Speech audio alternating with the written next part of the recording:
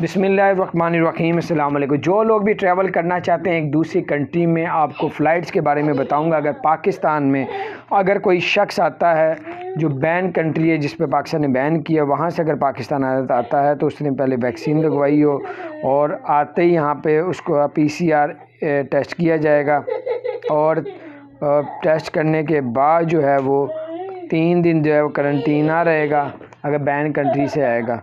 फिर 3 दिन के बाद उसका जो PCR का टेस्ट किया जाएगा, तो यानी कि बाहर से आएगा ना बैन कंट्री से पाकिस्तान, तो उसको 3 दिन करंटीना किया जाएगा। फिर 3 दिन के बाद उसका कोरोना का टेस्ट किया जाएगा और अगर उसका कोरोना निकल आया कि कोरोना है तो फिर उसको 10 दिन करंटीना करना पड़ेगा।